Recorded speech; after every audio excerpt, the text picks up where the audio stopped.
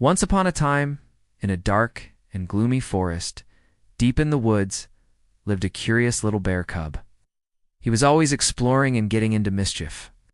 One day he wandered away from his family's den and stumbled upon a clearing. In the middle of the clearing was a small bush with some strange glowing berries. He couldn't resist the urge to try them, so he reached out a paw and gently took one in his mouth. It tasted like a sweet and juicy raspberry, and as soon as he swallowed it, he felt a surge of energy flow through his body. He looked around and saw that the forest was getting smaller and smaller. The little bear cub explained to the owl what had happened. As he approached the center, the trees began to form a circle around him. And he also learned that it's important to listen to wise creatures like owls because they can help us when we're lost or confused.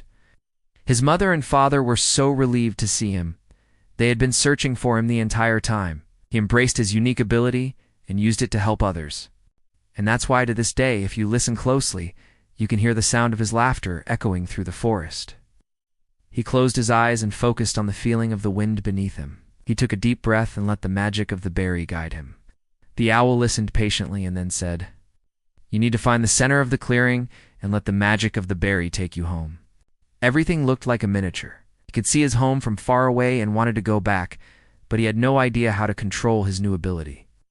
The little bear cub had never seen anything like it before. The berries were a deep red color, and they glowed with an otherworldly light. As he got closer, he noticed that the berries seemed to be calling out to him. Suddenly, he noticed that the ground beneath him was getting farther and farther away. He looked down and saw that his paws were no longer touching the ground. He was floating. The little bear cub was so scared. He didn't know what was happening to him.